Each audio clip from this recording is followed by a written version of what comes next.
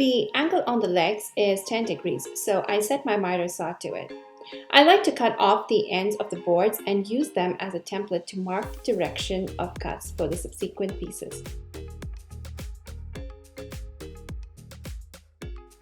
Once I have one piece cut, then I can just use that as a template to cut the rest of the pieces. It's important to keep track of the direction of the cuts. The legs are basically a parallelogram and the aprons are trapezoids. But I like to keep my saw fixed at the same angle and just move my boards around so all the angles are identical. I have a link to the printable plans with all the information on the cuts in the description below.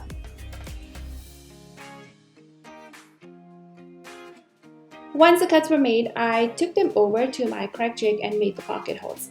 I had to be very careful here with the hole placements. They have to be as far from the edges as possible to prevent splitting when you join the boards. To assemble the leg, I just placed the apron between the two legs and attached using wood glue and pocket hole screws.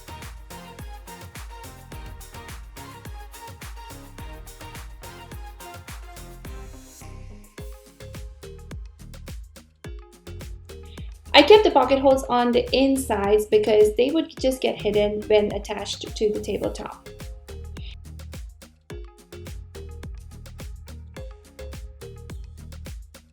Then I went ahead and attached the bottom support on both sides.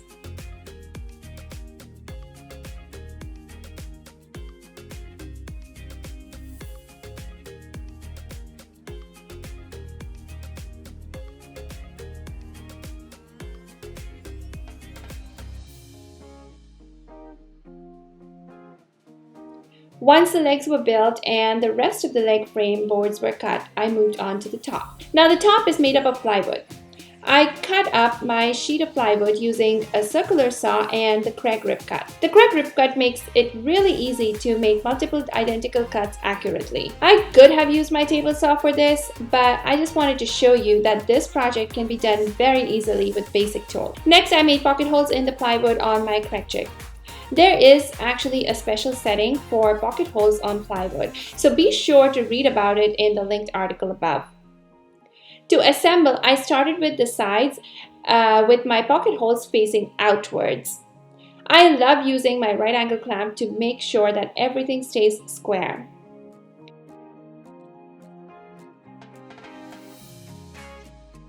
To add the middle supports, I measured and marked 13 inches from each side.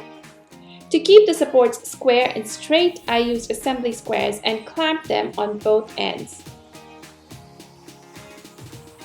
And I also double and triple checked all the alignments before attaching.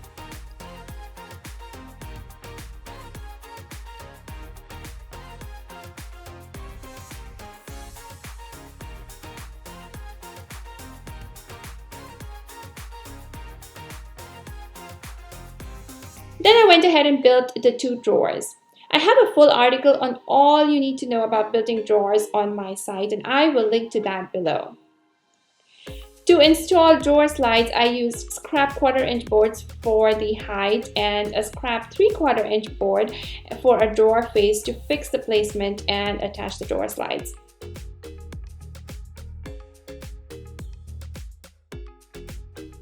Once both the drawer slides were attached, I used the same 1/4 inch boards to prop up the drawer and attach the other part of the drawer slide.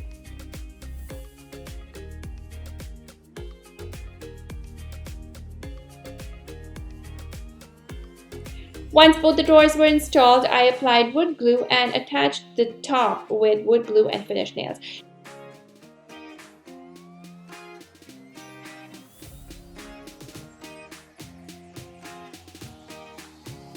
Now to attach the nails to the middle support, I used a straight edge and drew some guidelines for the nailer. Now it's time for the finish. I tried to smoothen the edges of the plywood by rolling the edge of a screwdriver. Then I went ahead and filled all the pocket holes and nail holes with wood putty. Now, because I was going to be painting this project, in order to be cost efficient, I decided to go with sanded plywood. To help make it smooth, I used a trick I learned from my friend Glenn at DIY Creators. I covered the entire thing in joint compound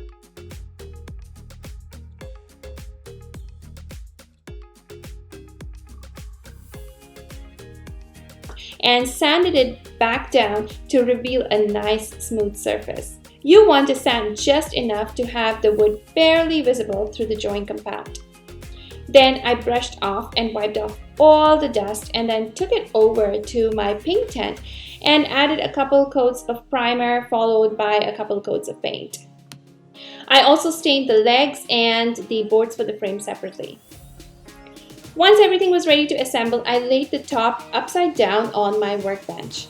I used scrap 2x2 boards to set the legs on both sides and centered them.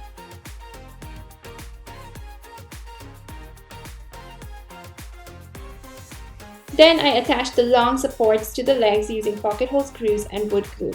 At this point, I am only attaching them to the legs and not to the tabletop.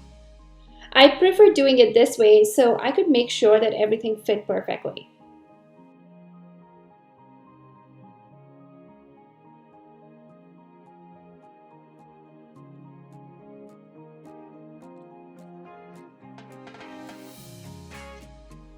Then I took the entire leg frame down and laid it on the floor to attach the bottom support between the legs.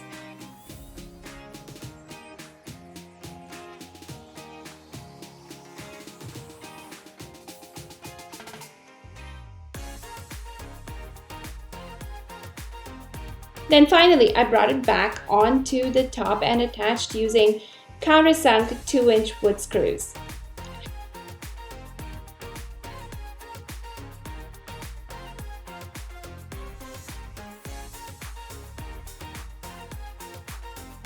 Now for the drawers, I decided to make a cutout which I measured and marked, and then I cut it out using a jigsaw.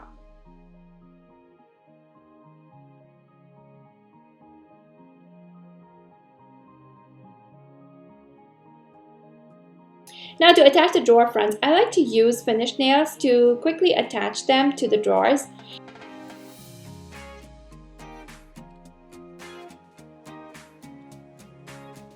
And then pull the drawer out, clamp it tight, and then add finished screws from the inside.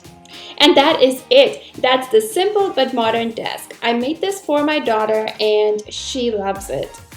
Remember, you can download the printable plans for this desk with the link in the description below. Before you go, I think you will also like this DIY modern farmhouse desk, so be sure to check that out. Or you might like this project. And don't forget to hit that subscribe button so you don't miss out any future videos.